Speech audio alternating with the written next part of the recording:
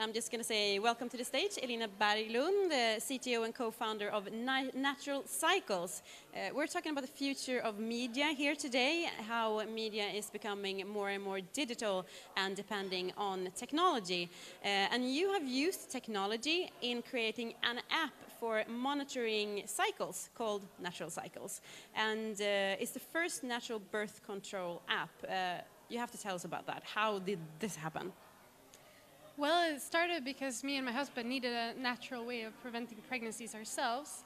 So, and we're both physicists and researchers, so we also then discovered that you can see in your body temperature when you ovulate and when you're fertile. And we thought, this is brilliant, because then you don't need to take hormones if you don't want to, and there's then a natural alternative to the pill. So it basically started from our own needs. Do you think users who use this app are more receptive to technology now compared to maybe 5 or 10 years ago? Absolutely. I think, I mean, the smartphone and the app is not that old, right? And I think it's still being a continuous evolution of technology that's happening more and more rapidly. It's growing exponentially. So probably in 5 years from now, we'll have completely new tools that we don't have today. It's very exciting. And this it works because it's science behind it, and it's very cool to be able to, you put in your body temperature. How does it actually work when you use the app? Tell us.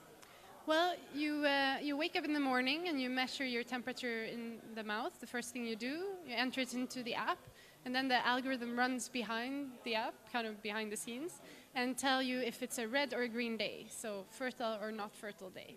And then you can take this information and do what you want with it. So basically, if you want maybe to have children, you can use that as a guide to know that, okay, this is a go, or maybe another day. Yes, exactly. So for women that use the app to plan a pregnancy, we really highlight the most fertile days, so they know which days they should not miss. And the fact that we're becoming more and more digital, both in broadcasting, media, and also in our everyday life, do you think that makes people also trust the technology more? I think so. I think it becomes more and more integrated into our daily routines in life, and then that's of course comes with a lot of opportunity. How has the app been received in the public? Well, of course, it's an innovative app, so it always comes with some skepticism. But we're doing clinical studies to make sure that it's proven to be effective, etc. And therefore, in the end, it's well received. But of course, there's a trust barrier we need to get over. But you tried it yourself. Yes, I've used it for 4.5 years now, actually. Time flies. Both to prevent pregnancies and to plan our daughter. She's now 2 years old.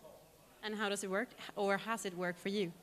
Well, it worked very well, because we were afraid that people would think the app doesn't work if we got pregnant. So we announced online in advance that, okay, this day we will try to get pregnant. And that day we did get pregnant. So it worked very well for us. Very cool. You've also been involved in discovering the Higgs particle. That must have been amazing. How was that? Yeah, that was truly amazing. It's such a rare event that I think nothing will ever beat this in my life, to discover something so rare. I mean, I think that's particle physics is still the most interesting topic, and female reproductive health, of course. Now I have 2 favorite topics. But those 2 favorite topics, I mean, there's 2 topics you've done so far in life. I bet it's not the end there, but 2 big things. How are you going to do now, next? What can we see next? Well, I do have a dream that if I am not doing Natural Cycles anymore, maybe I would like to analyze data for climate change. That would be really cool as well. I mean, I love to analyze data. That's clearly my thing, whether it's for Higgs particle, women's menstrual cycle. Yeah, climate change could be interesting as well to look into in the future, maybe. Very cool. Do you see yourself as an entrepreneur or a physicist? Well, nowadays I would say both. And we do still do research with Natural Cycles, so I'm still a researcher, even though it's not in the field of physics. So both physicist, researcher, and entrepreneur, I would say. Very glad to have you at Express on Stage. Thank you very much for coming.